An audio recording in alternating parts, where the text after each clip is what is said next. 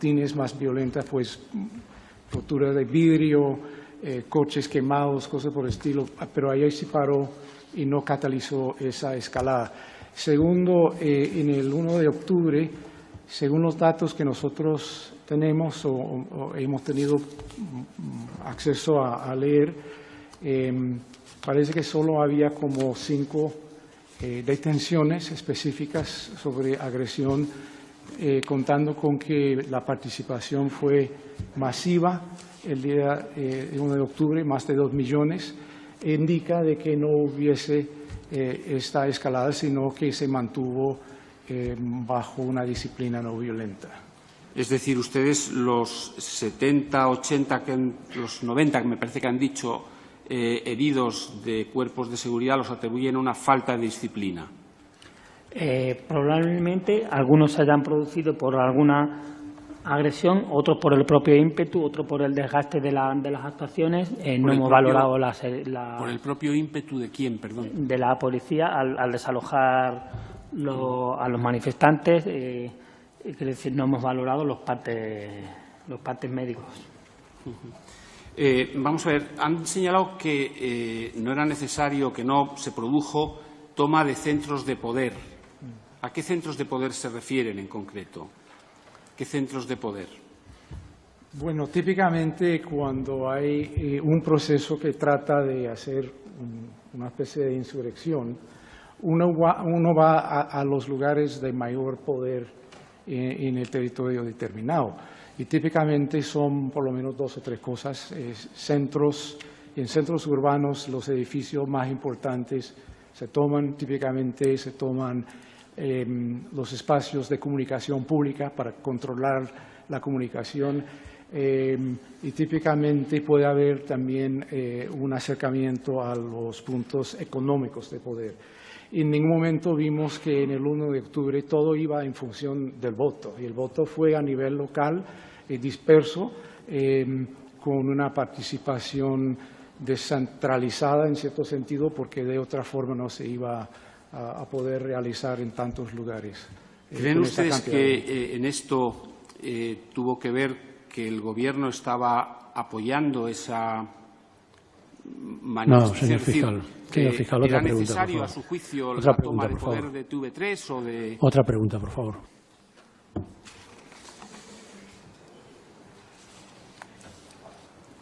Vamos a ver, cuando se habla del lenguaje que se empleó por los señores Sánchez y Cuixart, han dicho ustedes que era un lenguaje que estaba llamando a la pacificación, ¿es cierto? Sí, de mantener la disciplina pacífica. Sí. Sí. Leo manifestaciones. Se necesita gente, firmeza, ni un paso atrás. El Estado llegará hasta donde le dejemos. Alzados, coraje. Ellos han declarado la guerra, no permitiremos ese ataque. ¿Eso es pacificación? Sí, desde la perspectiva no violenta, casi siempre se habla de 2 cosas que uno tiene que hacer. La famosa frase viene de Barbara Deming, que hablaba de la no violencia como 2 manos. Una que es firme en convicciones y en principios, que no firme significa que va a ponerse delante del público firme en lo que cree, lo que hace, que a menudo es llamativo llamar al pueblo que vaya, que venga, y a la vez la mano más suave, abierta, es la que quede abierta a la invitación, a la conversación, a la persuasión y sobre todo a proteger la dignidad del otro. Esa es muy típico, entonces no es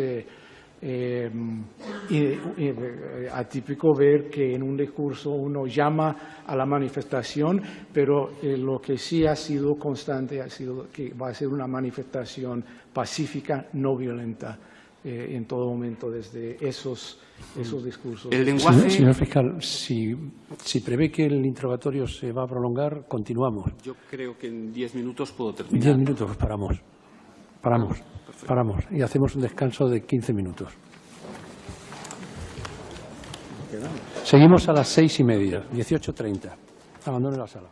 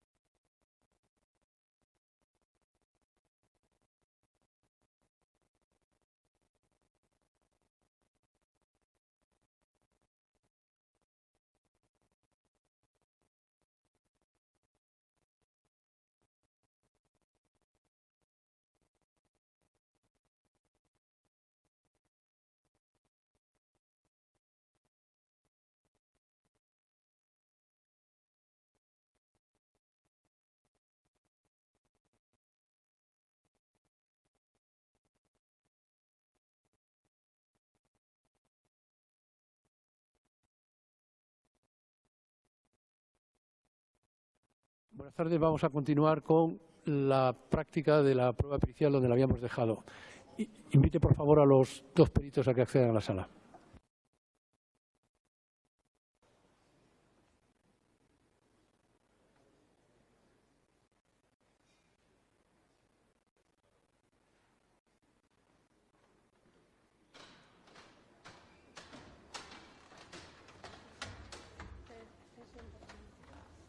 Siéntense, por favor. Vamos a continuar con el acto del examen pericial por parte del Ministerio Público. Les recuerdo que siguen ustedes bajo juramento de promesa. Cuando quiera, el Ministerio Fiscal, por favor. Sí, con la venia, excelentísimo señor. Bien, estábamos hablando del lenguaje. Les había señalado una serie de expresiones y ustedes decían que estaban los señores Sánchez y Cuixart efectuando una táctica de contención, ¿no es así? En sus expresiones. Normalmente, como decía el señor Lederach, la normaliza tiene esas dos manos. También se puede entender que muchos mensajes serían para motivar a la gente a participar, pero de forma serena, tranquila, pacífica, civil. ¿Y los golpes, ustedes los han atribuido un exceso de ímpetu de la propia policía o a una falta de disciplina, ¿no? Sí, hemos inferido, no hemos hecho un análisis. Lo que se puede ver por el volumen de actuaciones policiales, por el volumen de personas participando en los actos, tal que en general es un poco volumen de violencia que lo atribuimos a la contención y a la disciplina. Sí. Y los casos de violencia pues a una falta de disciplina. Bien, ¿y esos golpes se pueden atribuir también a un exceso de exaltación de las personas civiles que están allí? Sí, la exaltación sería esa falta, llevaría a esa falta de disciplina, ya, provocada probablemente. ¿El lenguaje cambia según las circunstancias en que se producen determinadas palabras o expresiones? Sí, a ver si entiendo la pregunta. Sí, yo se lo pongo con un ejemplo. Señor Lederach, procure por favor la respuesta dirigirla al micrófono, porque si no, al fondo no le oyen y además no queda grabado. Si está amable, diríjase al micrófono. Sí, dígame, sí. Lenguaje puede cambiar según circunstancias. El ejemplo que di hace poco fue que precisamente en un momento hay lenguaje que convoca a la manifestación. Hay lenguaje que llama a que sea una manifestación pacífica y hay un lenguaje que desconvoca, que tenía que enfrentar, que había llegado un momento de desconvocar. Pero las circunstancias en las que se producen determinadas palabras varían según el entorno, ¿no? Me imagino. Es decir, si yo le digo a una persona te voy a matar porque falla un penalti, no es lo mismo que te voy a matar en una amenaza terrorista, me imagino. Es decir, y es la misma expresión. Me refiero, las circunstancias... A ver, señor fiscal, vamos a hacer una pregunta más. No, la pregunta que le hago es si esas circunstancias en que se producen los hechos varían el lenguaje. Sí, varía el lenguaje. Bien. Cuando Sánchez y Cuixart están subidos en los vehículos dañados de la Guardia Civil, ¿recuerda usted si dijeron desde este altar tan majestuoso y reconocieron estar subidos a un coche de la Guardia Civil? Sí. ¿Cree usted que eso es una táctica de contención o...?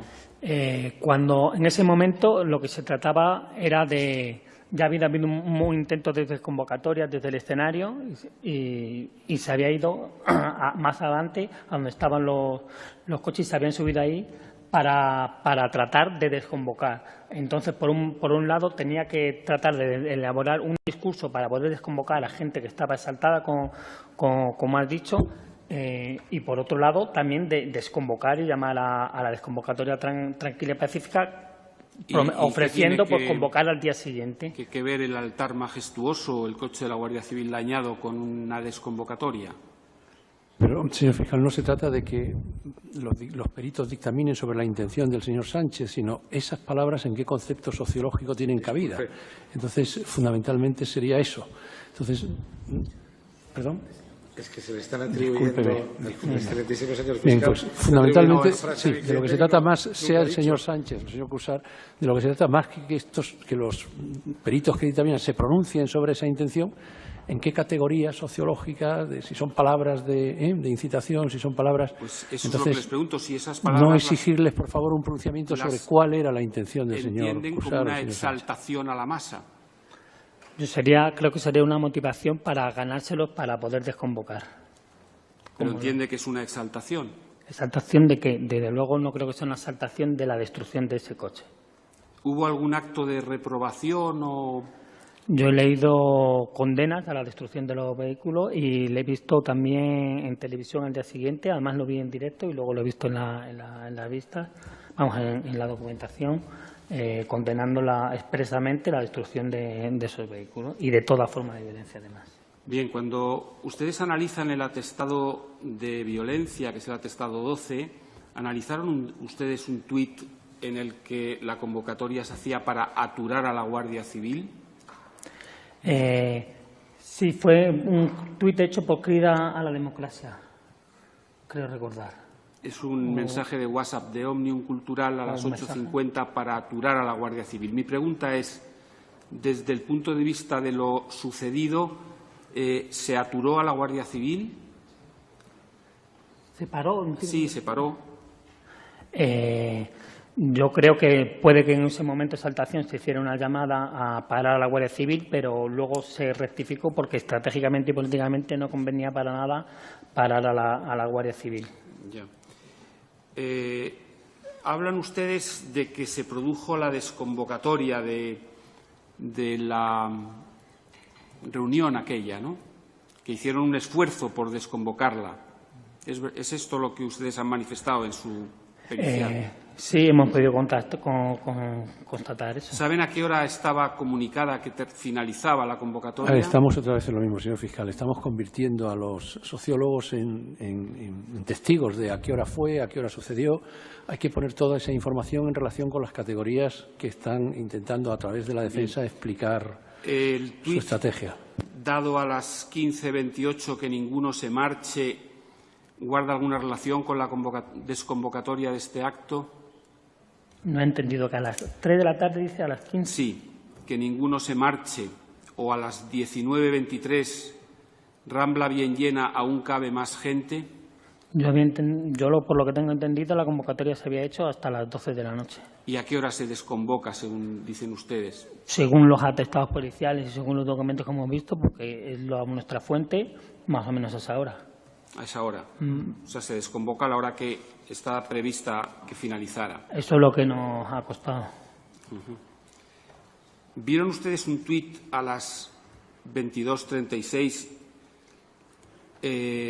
señalando que el cordón de seguridad no es para facilitar la salida de la Guardia Civil? Y si lo vieron, ¿es otra exaltación esta? ¿Lo entienden como una exaltación? Explicar que no es para facilitar la salida de la Guardia Civil de la Consellería.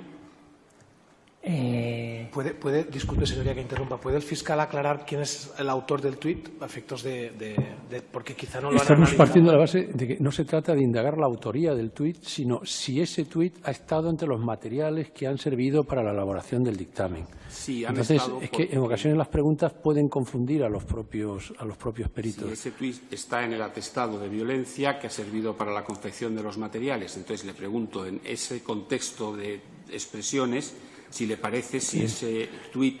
Pero es importante, desde la perspectiva de la defensa, que si el fiscal le está preguntando sobre un tuit con una autoría que le atribuye una autoría determinada, pues que se lo indique a los peritos y, sobre todo, en la idea de si formó o no parte de su material de trabajo. Bien, es un tuit de la ANC, que era uno de los convocantes y que explica que no es para permitir la salida de la Guardia Civil. Pero es que ¿Ustedes tuvieron esos tuits como elementos para la elaboración de su informe?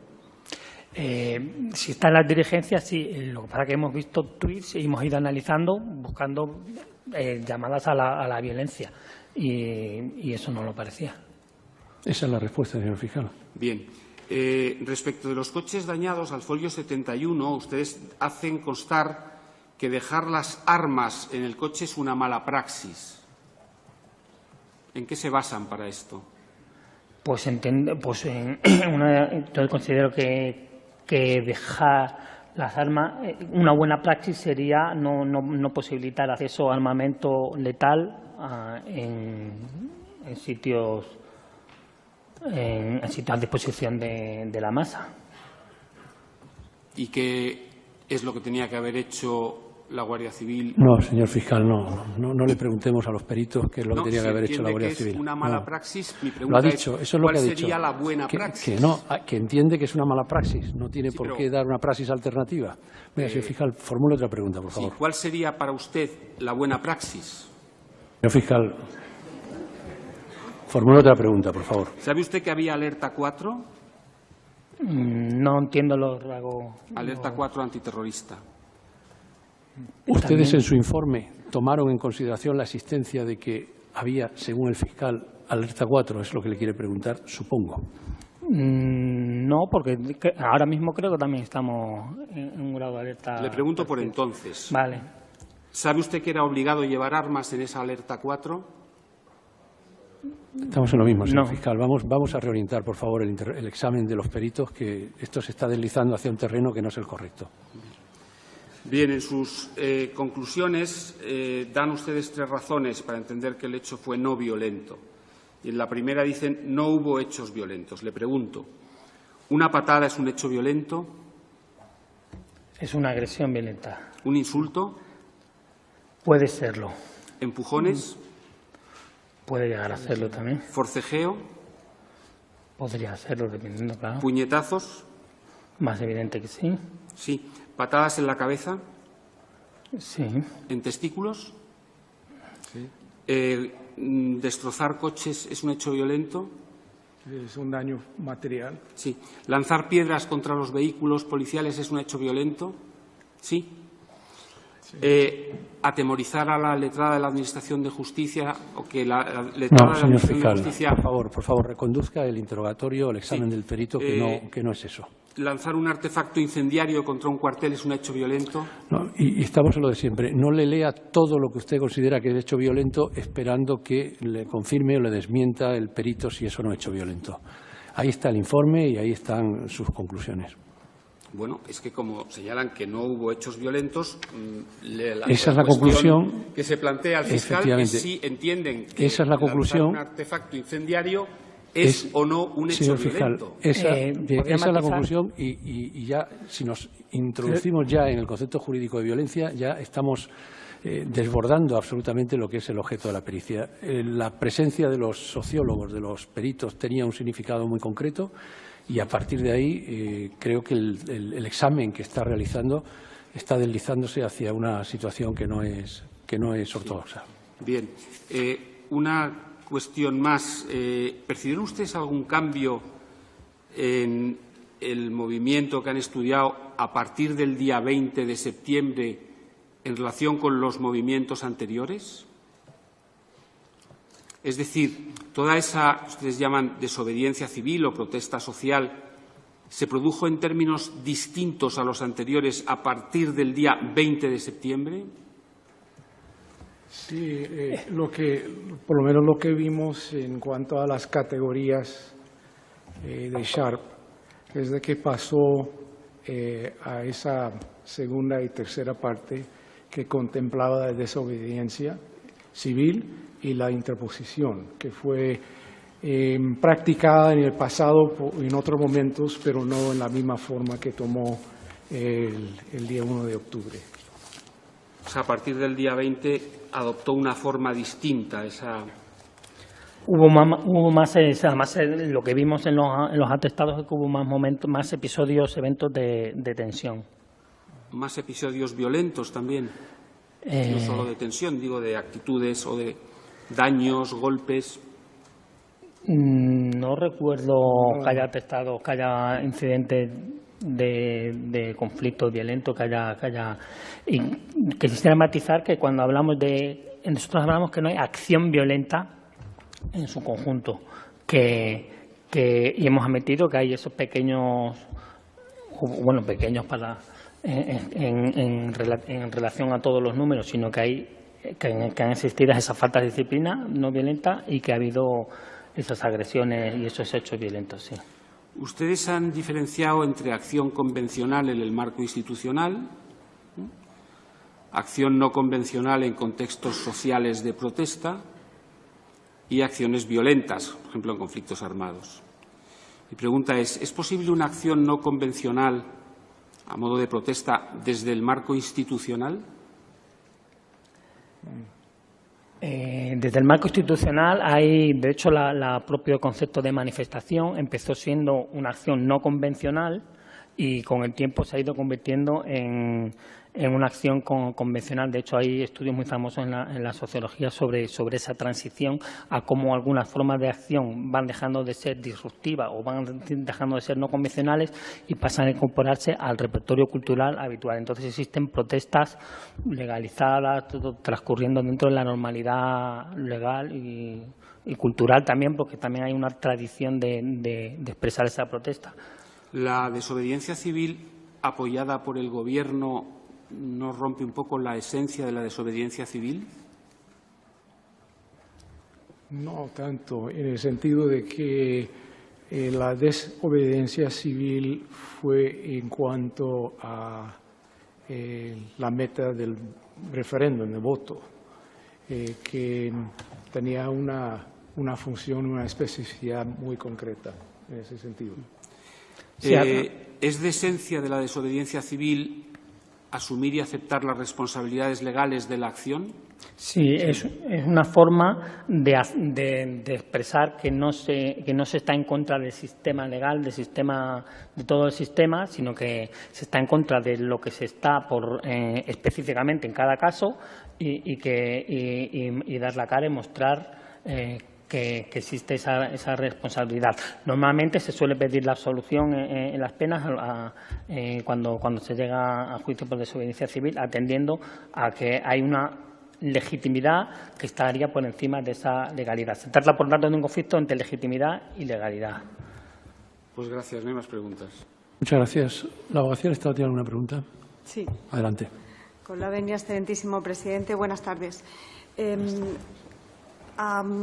Repreguntando a partir de respuestas que han dado al Ministerio Fiscal, me ha parecido entender que creo que el señor Castañar ha respondido que no convenía estratégicamente parar a la Guardia Civil el día 1 de octubre. ¿A qué respondía, a qué objetivo estratégico respondía o responde esta conclusión suya de que estratégicamente no convenía parar a la Guardia Civil? Yo creo que en esos momentos eran 10 días antes del referéndum y se estaba haciendo un esfuerzo por legitimarlo ante la sociedad catalana, ante la sociedad internacional, y cualquier forma de coerción, de violencia, algo un poco más fuera de lo común podría afectar al desarrollo del referéndum, que entiendo que era el objetivo prioritario en esos momentos. Escuchándole y las respuestas que ha dado tanto a la defensa que le ha propuesto como ahora al Ministerio Fiscal, ¿es correcto entender, le pregunto, me había cuenta del desconocimiento de la materia que ustedes tratan, ¿es correcto entender que todos estos movimientos, ahora usted ha hablado precisamente de un sentido estratégico, de que todos estos movimientos obedecían a impulsos estratégicos? ¿Todos los movimientos estaba hablando a nivel general comparativo? En el periodo de tiempo que ustedes han analizado. No, sería una categoría que empleamos para distinguir el propósito político, que sería claramente la independencia a largo plazo, un propósito político, y luego habría objetivos estratégicos que se los atribuimos en base al objetivo, en base a la forma de conseguir ese objetivo político. Y también habría objetivos tácticos. Bien. Más centrados en... Pero entonces, en estas actuaciones sí se respondía a objetivos previstos. Estamos interpretándolo nosotros de una manera estratégica. Un movimiento de estas dimensiones tan masivo, ¿es verosímil pensar, a la vista de su informe, que era espontáneo u obedecía precisamente a una organización y predeterminación estratégica? Bueno, nosotros en cuanto al espontáneo, es que casi siempre en movimientos no violentos la gente se adapta a lo que emerge. Y precisamente creo que había una parte de una plataforma histórica en la cual se basaban esas acciones no violentas, pero que también fue espontánea en cuanto a cómo en un momento dado decidieron hacerlo. No, lo que tratamos de decir que en los documentos que leímos anteriores no encontramos como una estrategia desarrollada desde la perspectiva de la resistencia civil no violenta, que no aparece en ese sentido por ahí el uso de la palabra estratégico. Ustedes han hablado antes de los liderazgos. ¿Han podido identificar quién ejercía liderazgo en este movimiento, en los acontecimientos que ustedes han analizado?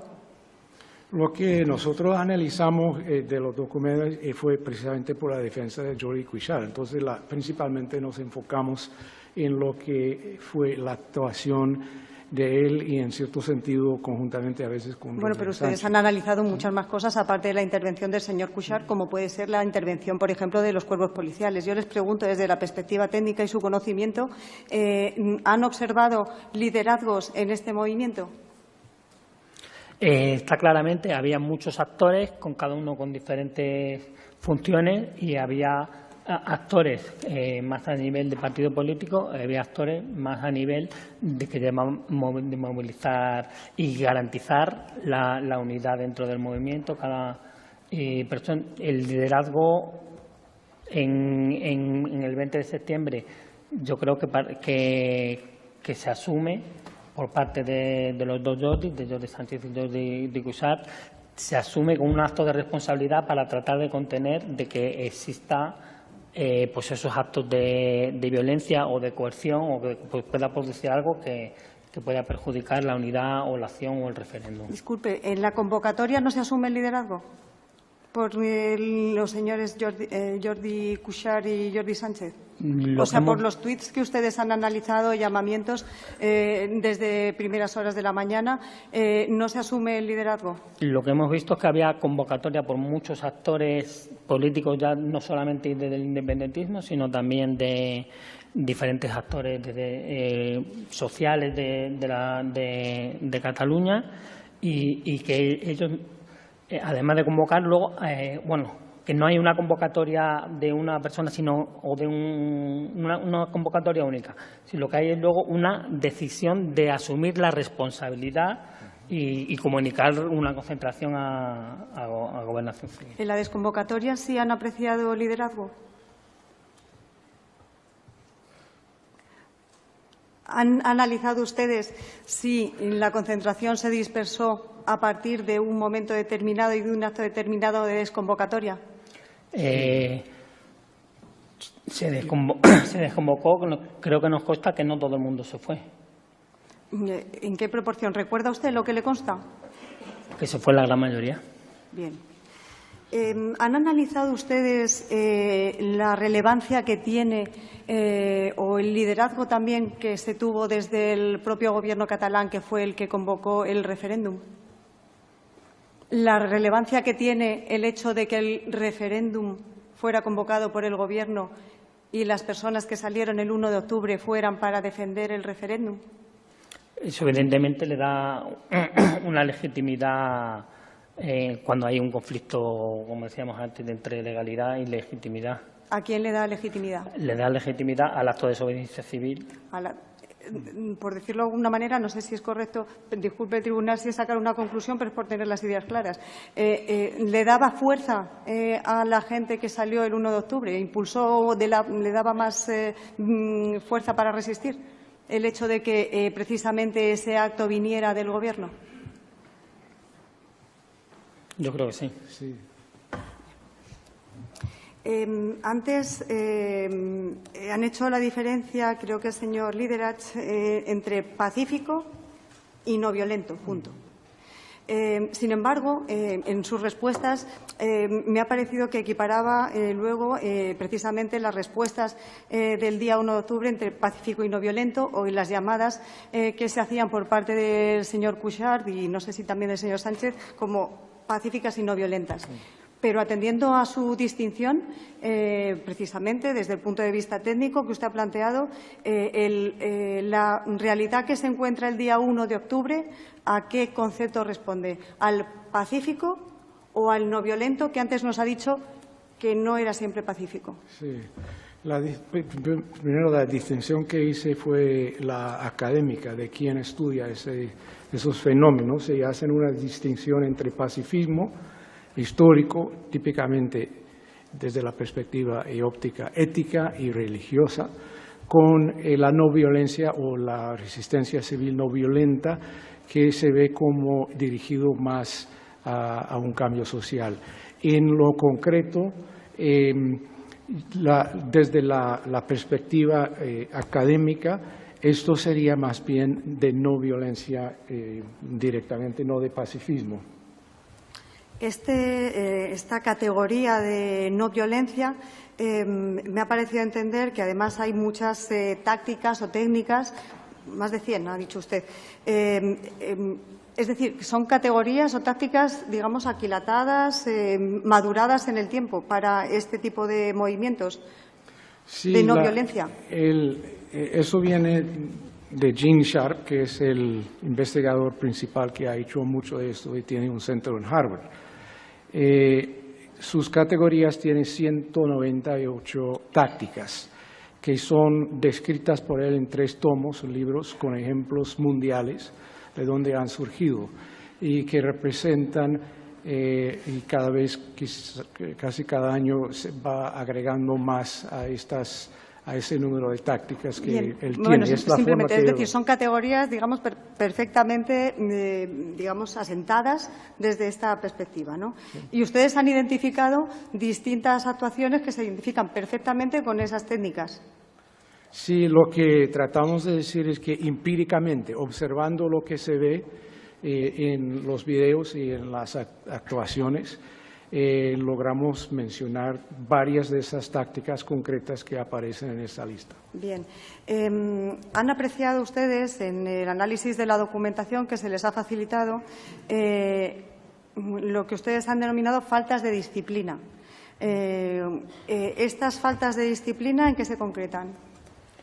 Pues en los actos puntuales de agresión, que no son actos premeditados, no están organizados, sino que de un momento de tensión pues hay personas que cometen agresiones a personas o a mobiliario u objetos. Vamos. Han hablado ustedes también de que, como un dato a tener en cuenta, que hubo un número muy bajo de detenciones. Pero ustedes han tenido en cuenta a la hora de considerar este número de detenciones tan bajo que precisamente en la instrucción del secretario de Estado de Seguridad, que han manejado como parte integrante del informe del señor Pérez de los Cobos, no López de los Cobos, uno de los principios de actuación era no priorizar detenciones? ¿Han tenido en cuenta eso? ¿Han tenido en cuenta precisamente la rapidez con la que había que actuar, no priorizar detenciones a la hora de sacar esas conclusiones? De mi parte, por lo menos, no entró informes directos desde la planeación policial en lo que nosotros revisamos y no puedo comentar sobre eso.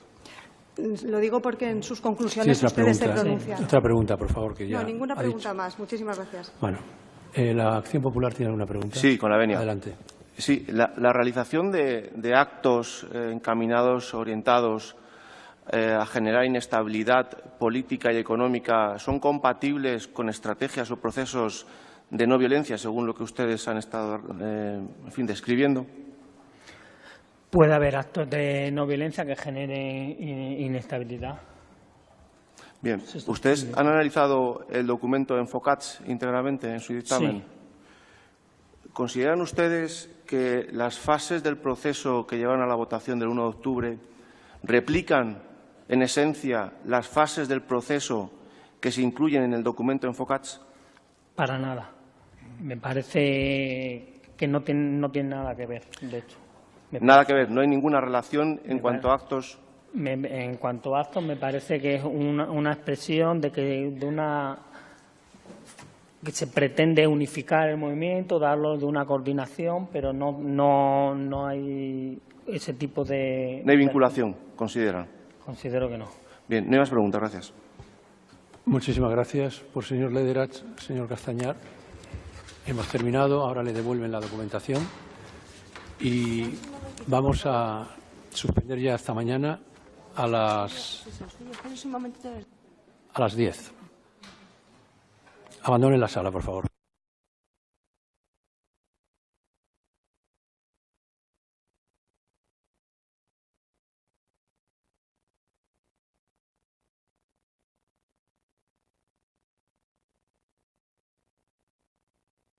Media.